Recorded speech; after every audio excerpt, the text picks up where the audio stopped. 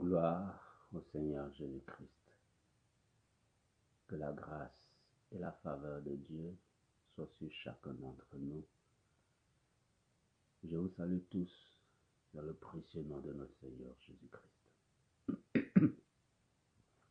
C'est encore un privilège pour moi de pouvoir être devant vous ce soir. Nous allons ensemble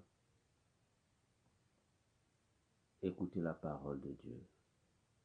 Nous allons nous laisser guider par le Seigneur. Que son nom soit glorifié. Nous allons lire juste un passage. Et nous allons écouter ce que le Seigneur a à nous dire au sujet de sa parole. Nous bénissons ton nom et nous te rendons toute la gloire pour ce privilège que nous avons de pouvoir venir en ta présence pour t'écouter, pour se laisser guider et diriger par toi. Merci pour ta présence dans ce lieu, Seigneur. Merci de ce que tu contrôles toutes choses. Tu contrôles la technique. Tu agis dans le cœur de tous tes enfants qui vont écouter ce message. Je prie que ta faveur repose sur eux, que ta faveur repose sur nous, et que nous soyons transformés de gloire en gloire pour paraître saints et justes devant toi et dignes du royaume que tu nous as réservé. Père, merci. Au nom de Jésus-Christ. Amen. Soyez donc bénis. Que la gloire de Dieu repose sur vous et que sa faveur soit votre partage. Nous allons lire un passage dans le livre de Colossiens. Colossiens, le chapitre 3, à partir du verset 1. Il est dit ceci: si donc vous êtes ressuscités avec Christ, cherchez les choses d'en haut, où Christ est assis à la droite de Dieu. Excusez-moi.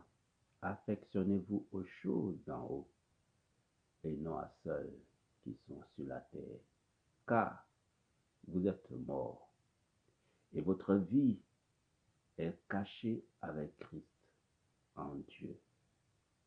Quand Christ, votre vie, apparaîtra, vous apparaîtrez aussi avec lui dans la gloire. Amen. Nous bénissons le Seigneur pour ce merveilleux passage. Il nous apprend, que nous sommes ressuscités avec Christ. 2. Que Christ, notre résurrection, est assis à la droite de Dieu. Et que par conséquent, nous devons rechercher les choses d'en haut et non celles qui sont sur la terre. Ensuite, il dit, vous êtes morts et votre vie est cachée avec Christ en Dieu. Et quand votre vie apparaîtra, et quand Christ, votre vie apparaîtra, vous aussi, vous apparaîtrez avec lui dans la gloire. Ainsi, bien-aimés, le Seigneur pose les bases de ce que la vie chrétienne doit. Est-il en train de dire que nous devons vivre comme des moines hors de la réalité de notre existence, ne pas participer aux choses de ce monde, ou ne pas avancer, faire en sorte que nous puissions faire avancer les choses de ce monde et transformer notre milieu? Y a-t-il une contradiction entre notre Dieu qui nous dit Je vous envoie dans ce monde pour discipliner ce monde. Et cette parole qui dit, cherchez les choses d'en haut et non celles qui sont sur la terre. Affectionnez-vous aux choses d'en haut et non celles qui sont sur la terre. Il n'y a en réalité aucune contradiction dans ce que le Seigneur est en train de nous dire. Et il n'y a pas de contradiction dans sa parole parce que il a dit, recherchez premièrement le royaume et la justice de Dieu, et toutes choses vous seront données par-dessus. En réalité, Paul est en train de nous mettre en garde contre le fait que nous mettons la priorité sur ce qui est secondaire et nous mettons ce qui est prioritaire en seconde position. La priorité, c'est quoi, bien-aimé? Lorsque nous avons accepté le Seigneur Jésus-Christ et que nous avons décidé de marcher avec lui, la priorité, c'est lui et lui seul. La priorité, c'est de faire avancer ce royaume dans lequel il nous a appelés. La priorité, c'est que nous lui donnons tout entièrement notre corps, notre âme et notre esprit, et que nous soyons attachés à lui. Pour qu'un jour, lorsque le temps de notre existence sur cette terre sera terminé, et que nous passerons par le chemin de tous les hommes, et que nous serons à Sion, il soit capable de nous dire, bon et fidèle serviteur, rentre dans le repos de ton maître. La priorité, c'est d'être capable d'amener des hommes et des femmes qui n'ont pas la connaissance de Dieu à la connaissance de Dieu. La priorité, c'est que nous soyons capables de prolonger le travail que Jésus-Christ a commencé lorsqu'il est venu sur cette terre. Et ce travail, c'est la transformation de ce monde. Et avant de partir, dans le livre de Matthieu, chapitre 18, le verset 18, il a dit, « Tout pouvoir m'a été donné dans le ciel et sur la terre. Allez et faites des nations des disciples. Et enseignez-leur ce que je vous ai appris. » Voyez-vous, c'est ça la priorité. Tout ce qui vient par-dessus le travail que nous faisons, les réalités de la vie viennent se greffer pour nous apprendre, pour nous former et pour nous donner davantage d'avoir à marcher avec lui. Les choses que nous voyons, le travail que nous avons à faire, rentrent dans le cadre de cette formation dans ce monde, qui nous permettront justement d'être aguerris et être attachés à ce Dieu merveilleux qui nous a appelés à son admirable unité. Lorsque nous aurons traversé toutes sortes d'épreuves, et lorsque par la vie que nous menons sur cette terre, par tout ce qui se présente à nous, lorsque nous aurons traversé tout ceci, nous serons bien formés. Et nous pourrons correctement faire le travail que le Seigneur nous a confié. La priorité, c'est de travailler pour le Seigneur. Vous savez, si on devait écrire notre vie, parce que la Bible, la parole de Dieu que nous lisons, est faite de l'histoire et de la vie des hommes et des femmes. Lorsque vous prenez les livres de rois, les livres de Daniel, les livres de Samuel, ce sont les expériences que ces hommes et ces femmes ont vécues. C'est des expériences que ces hommes de Dieu ont vécues.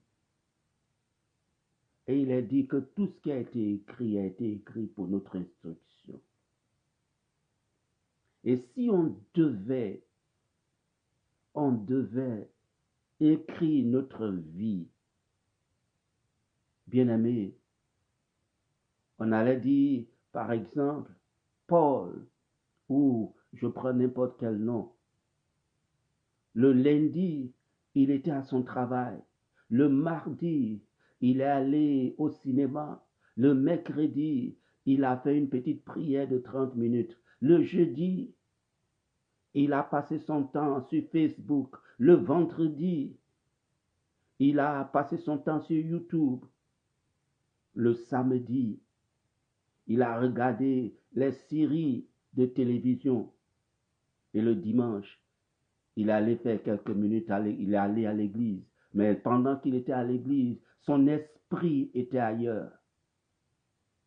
Bien-aimé, pourquoi? Parce que nous sommes envahis par les soucis de la vie. Et pourtant, la parole de Dieu nous apprend qu'il ne faut pas que nous soyons envahis par les soucis de la vie et il faut que nous soyons sobres pour vaquer à la prière parce que les temps de la fin sont proches.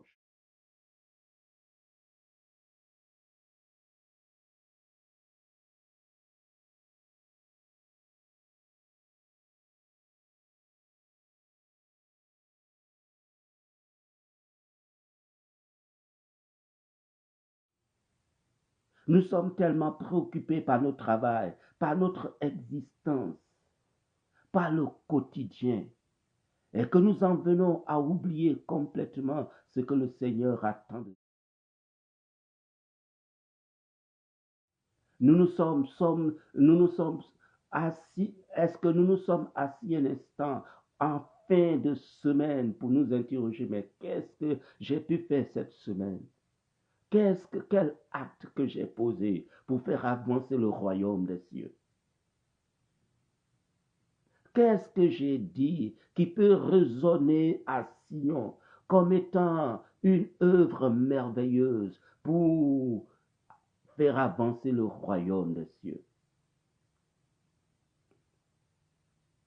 Notre corps est devenu en quelque sorte notre Dieu. Nous embellissons notre corps et nous passons tout notre temps à embellir notre corps. Notre corps nous demande, il faut manger, il faut faire ceci, il faut aller là. Et nous passons du temps devant le miroir parce que nous aimons notre corps. Il n'y a aucun mal à entretenir le corps. Mais lorsque cela devient la priorité des priorités, et lorsque nous abandonnons complètement la priorité qui est de faire avancer le royaume des cieux, il y a un problème. Car ce qu'il compte, lorsque nous serons là-haut, Dieu ne nous demandera pas le nombre de chemises que nous avons portées et ne nous demandera pas le nombre d'argent que nous et la somme d'argent que nous avons fait dans ce monde pour nous-mêmes. Il nous demandera une seule chose. Qu'as-tu fait pour faire avancer le royaume des cieux? Qu'as-tu fait pour faire avancer l'œuvre que j'ai laissée entre tes mains? Je t'ai tout donné. Je t'ai donné mon nom avec lequel tu peux transformer ta réalité, avec lequel tu peux lutter. Au nom de Jésus, à mon nom, tu fais fuir les démons. À mon nom, la maladie ne peut pas résister dans ton corps. Qu'est-ce que tu as fait de ce nom? As-tu une seule fois pendant la journée utilisé ce nom? Ou c'est lorsque tu es confronté à des difficultés que tu utilises ce nom? Ce nom était une clé pour toi. Qu'est-ce que tu as fait de ce nom?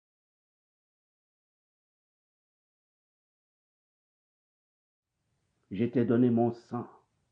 C'est le sang de l'alliance. C'est le sang du pardon et du rachat. Mais pendant longtemps, tu es resté là en train de te laisser impressionner par la vie et par l'existence de ce monde, de telle sorte que les inquiétudes ont détruit complètement ta foi, alors qu'il suffisait d'invoquer mon sang. La culpabilité de ton péché, il suffisait simplement d'invoquer mon sang et le Seigneur te demandera qu'est-ce que tu as fait de ce sang. et il dira, je t'ai donné mon esprit. Cette puissance a même de faire fuir la maladie, de détruire les pièges de Satan, de détruire les autels et d'anéantir les incantations, les envoûtements et les imprécations. Qu'est-ce que tu as fait de mon esprit?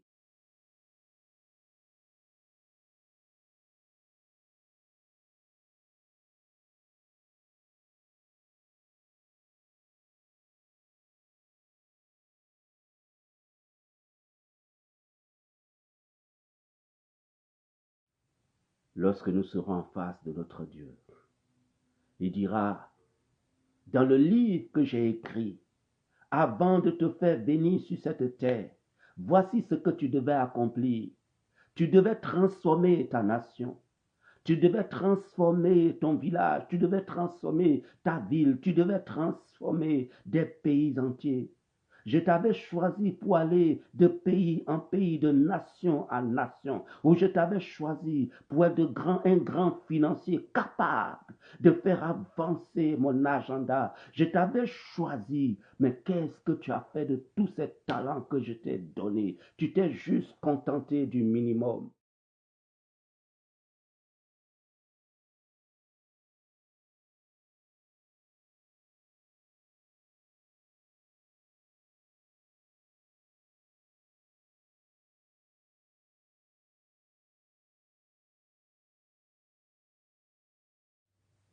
Lorsque j'ai dit devant les pères fondateurs, ceux qui vous ont envoyé l'évangile, lorsque j'ai dit devant eux que tout pouvoir m'a été donné dans le ciel et sur la terre, c'était pour vous que j'ai dit cela. Pourquoi? Parce que j'avais déjà ce pouvoir et rien ne pouvait me résister.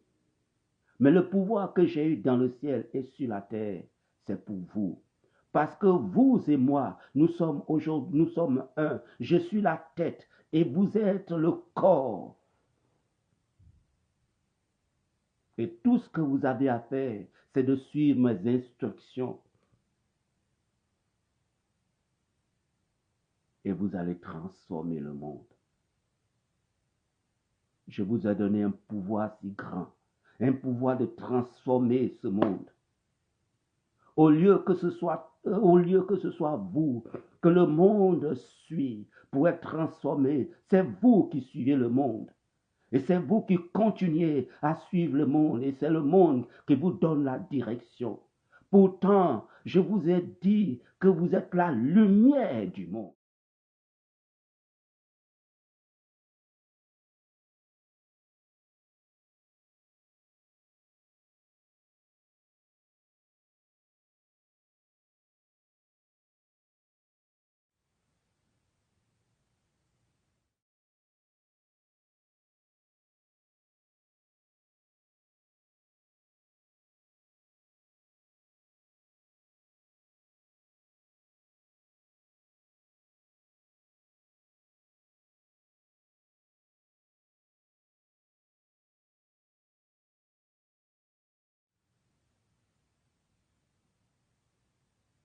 Et lorsque nous faisons le bilan, nous nous rendons compte que tout ce que nous avons fait,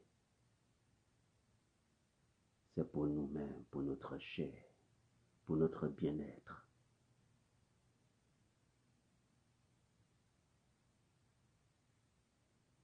Et nous n'avons rien posé comme acte pour faire avancer l'œuvre de Dieu. C'est bien d'être diacre, d'être ancien dans l'Église et de partir à l'Église. Et c'est bien de lire sa Bible. C'est bien de prier 1 heure, 2 heures, si possiblement.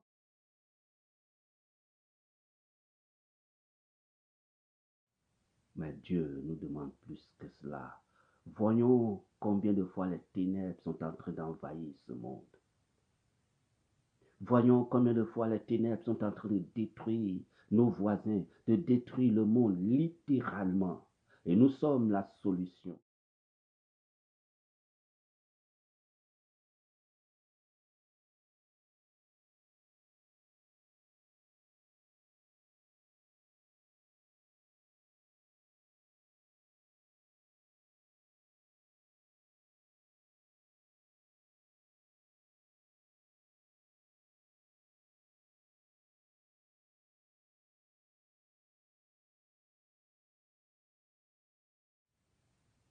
Quand ils arrivaient quelque part, c'est le branle-bas.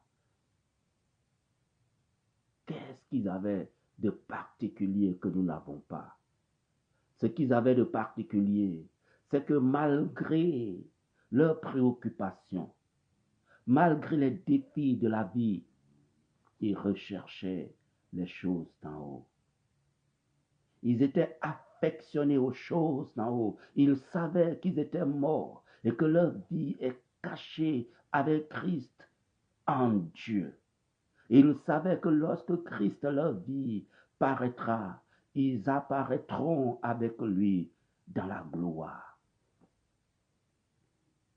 Ils ont fait mourir les membres qui sont sur la terre, l'impudicité, l'impureté, les passions, les mauvais désirs et la cupidité qui est une idolâtrie. Ils avaient fait mourir tout ceci parce qu'ils avaient un objectif.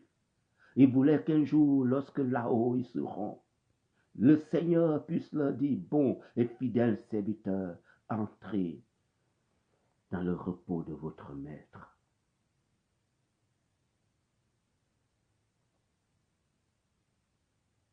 Notre passion pour les choses d'en bas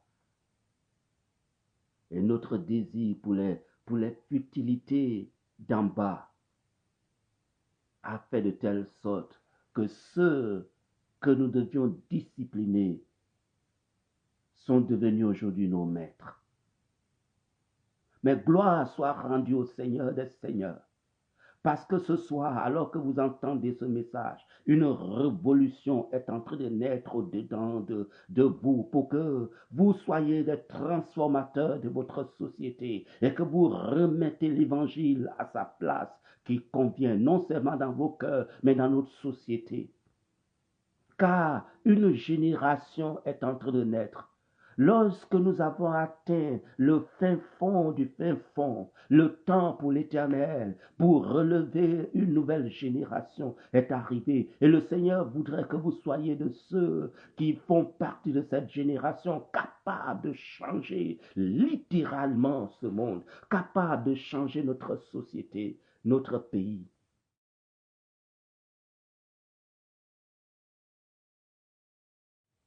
Quand nous avons progressé, la parole de Dieu sort de notre bouche et ce qui sort de notre bouche, parce que nous sommes affectionnés aux choses d'en haut, ce qui sort de notre bouche transforme notre société. Ce qui sort de notre bouche, c'est ce qui se réalise. Voyez Élie, cet homme, il a dit, il ne pleuvra point.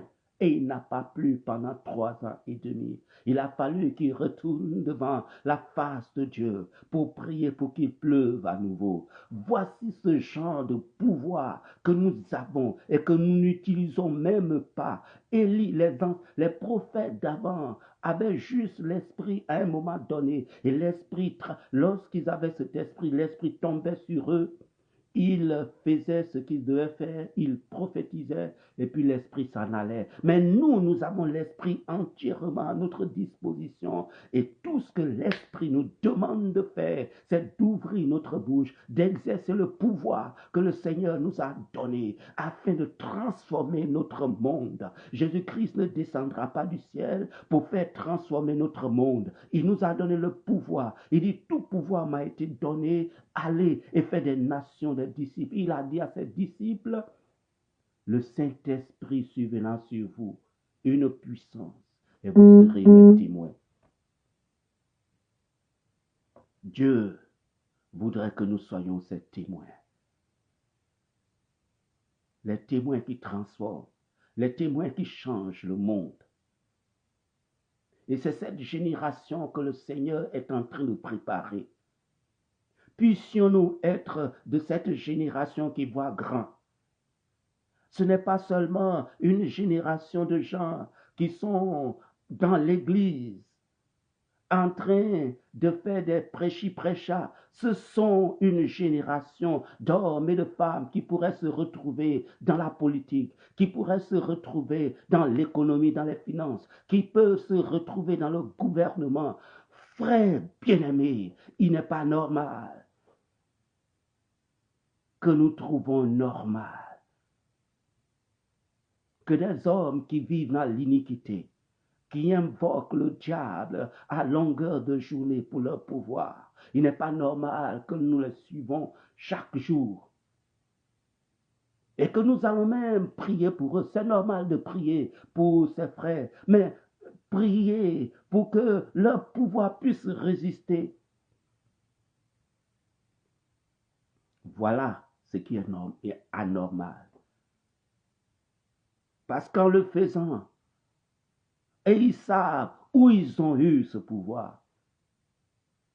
Mais nous sommes en esprit, nous sommes supérieurs à eux. La parole de Dieu déclare que nous sommes assis dans les lieux célestes au-dessus de toute domination, de toute autorité, de toute puissance, de toute dignité et de tout nom qui peut se nommer dans ce siècle présent, mais aussi dans le siècle à venir. Voici ce que la parole de Dieu déclare. Et ces hommes invoquent des dominations. Or, nous sommes au-dessus de ces dominations. Nous sommes assis avec Christ. Mais par ignorance, nous les laissons faire. Nous laissons transformer nos sociétés à leur guise. Et nous les laissons faire ce qu'ils ont envie de faire. En fait, nous laissons le diable faire ce qu'il a envie de faire dans nos nations. Cela doit cesser. Cela doit s'arrêter. Et c'est cette génération d'hommes et de femmes qui peuvent se tenir dans la rue et dire, Seigneur, aujourd'hui, que la prostitution cesse dans mon pays, aujourd'hui, que la corruption cesse dans mon pays. C'est ce genre de personnes que le Seigneur veut maintenant mettre au point, cette génération dont vous faites partie.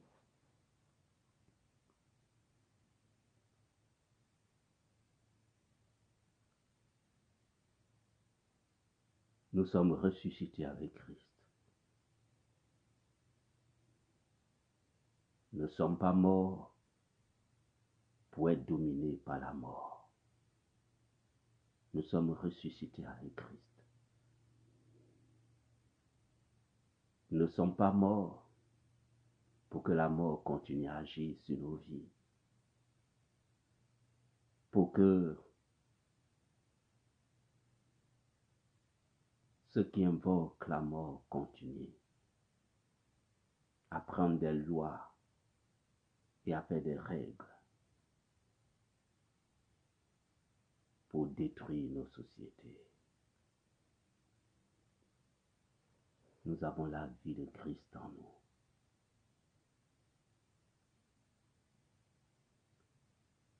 C'est maintenant.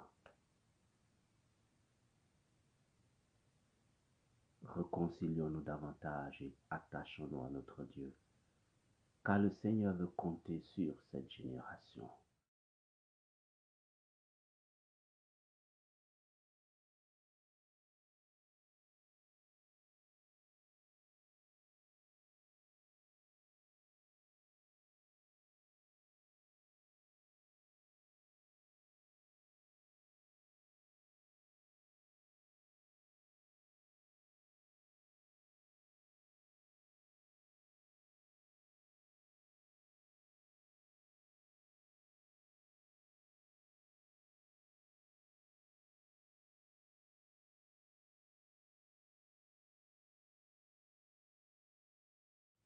Si donc nous sommes ressuscités avec Christ, recherchons les choses d'en haut, où Christ est assis à la droite de Dieu. Affectionnons-nous aux choses d'en haut et non à celles qui sont sur la terre, car Christ est mort. Et notre vie est cachée avec Christ en Dieu. Quand Christ, notre vie, apparaîtra, nous apparaîtrons aussi avec lui dans la gloire. C'est pourquoi faites mourir les membres qui sont sur cette terre, l'impudicité, l'impureté, les passions, les mauvais désirs et la cupidité. C'est à cause de ces choses que la colère de Dieu vient sur les fils de la rébellion parmi lesquels nous marchions autrefois lorsque nous pratiquions ces péchés. Mais maintenant la lumière est venue pour que nous soyons dignes de ce Dieu vivant et vrai. Une nouvelle génération doit naître. Et tu es de cette génération pour transformer la Côte d'Ivoire. Que le Seigneur te bénisse pour ta présence à cette émission qui n'est pas un hasard. Que le Seigneur te bénisse pour tes prières, pour tes pleurs, parce que toi aussi, le Seigneur a vu ton cœur. Il a vu que tu souffres de voir toutes ces choses qui sont en train de se passer, non seulement dans le monde, mais aussi dans ton pays. Le Seigneur dit, tu es ressuscité avec moi. Je t'ai donné le pouvoir.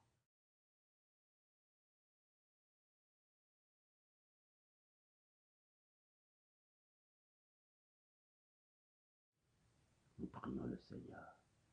Père, merci pour ta grâce et pour ton amour, pour tes serviteurs et tes servantes, pour cette génération que tu choisis, pour changer totalement et entièrement ce monde. Seigneur, je prie que véritablement nos cœurs soient assoiffés de ta présence, soient assoiffés de ton royaume, soient assoiffés, Seigneur des Seigneurs. Père, il n'est pas normal que le pouvoir que tu nous as donné, nous ne soyons pas capables de l'exercer. Mais ce soir, alors que je prie, Seigneur des Seigneurs, que aujourd'hui nous exerçons ce pouvoir et qu'éternel, notre monde soit changé, notre vie soit changée. Seigneur des Seigneurs, que nous soyons des instruments qui démontrent le pouvoir et la puissance de Dieu. Merci, parce que tu agis en notre faveur. Père, bénis tes serviteurs et tes servantes qui ont écouté ce message. Que le feu, la flamme de ta présence soit allumée en eux. Et qu'ils soient entourés, Seigneur, de tes anges, et que rien ne puisse leur arriver, mais que de victoire en victoire ils puissent aller, que la bénédiction qui surpasse toute intelligence soit leur partage, Seigneur. Et si quelqu'un avait quelques difficultés que l'ennemi voulait utiliser contre cette personne, que cette difficulté finisse maintenant au nom de Jésus-Christ. Si c'est un défi financier, Seigneur, je prie qu'avant la fin de cette semaine, ce défi financier soit réglé, ce manque d'argent soit réglé dans le nom de Jésus-Christ. Si c'est une maladie, je déclare que cette maladie est maintenant anéantie, est maintenant détruite au nom de Jésus-Christ. Si c'est une puissance infernale qui vient pour l'oppresser, que cette puissance soit maintenant, détruite, et que cette puissance soit saisie par les anges de l'Éternel, et que toute la signature du diable sur sa vie, que cette signature soit annulée, mais que la signature de Dieu puisse être dans sa vie, dans le nom de Jésus-Christ. Père, merci de ce que tu donnes la victoire à tes enfants, et tu leur donnes d'être les meilleurs parmi les meilleurs de cette.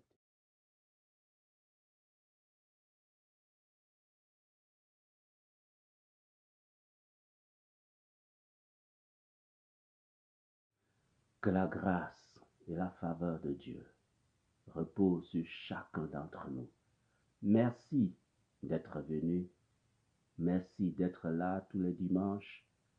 Que le Seigneur vous le rende au centuple et que sa force et sa puissance soient votre partage. Amen.